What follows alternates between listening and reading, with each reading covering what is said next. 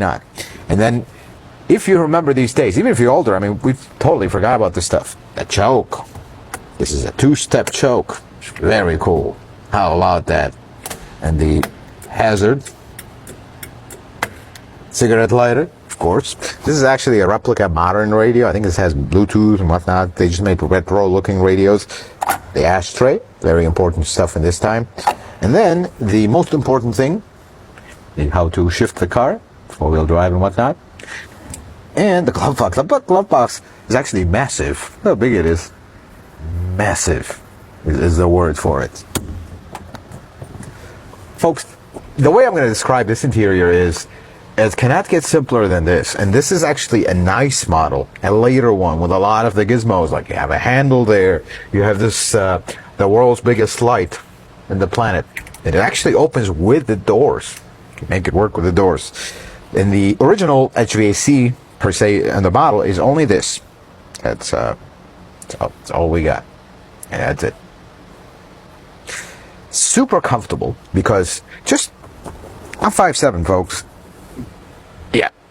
I don't care how tall you are, you're going to find a comfortable place. Steering wheel is massive. Or for lack of a better word, it's massive. That's just how it is.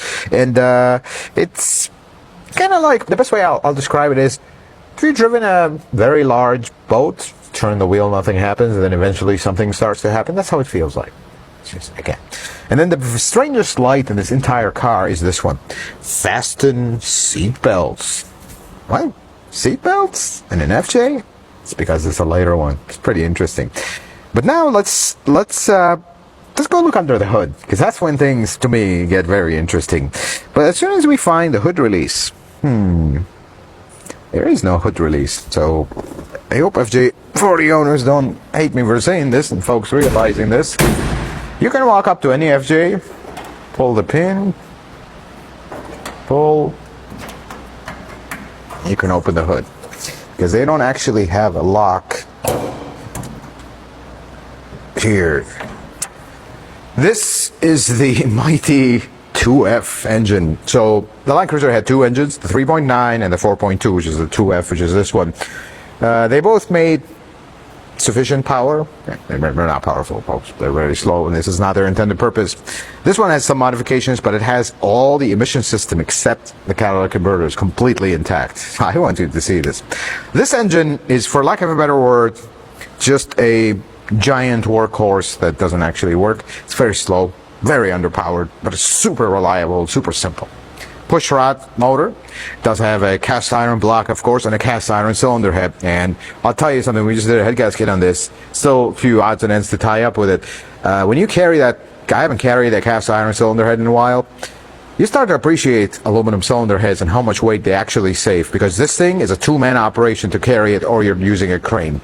The way I installed it in the car or picked it up was with a cherry picker, because you're not carrying this alone, you break your back.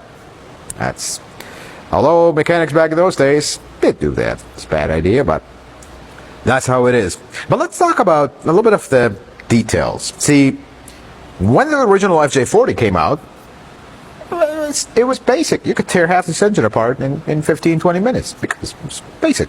Push rod motor, super simple. Carburetor, super simple. You just pull everything out, very simple. Except when the late 70s and the 80s, in the US at least, the emissions stuff came about, and things are, rudimentary doesn't even put it lightly. They were trying to solve the most simple problems in the most complicated ways, because they were doing it in a rush. And you have an engine that's simply not emission compliant, and you're trying to make it emission compliant. So this has EGR, this has secondary air injection, and this has so many other little stuff that completely redundant today. Let's take a look. I just want you to see what I like to call a mess of vacuum hoses. Look at this. I want you to observe this. Yeah. The next time you tell me old cars like this are not complicated, yeah, we need to have a talk. Maybe you should look at this.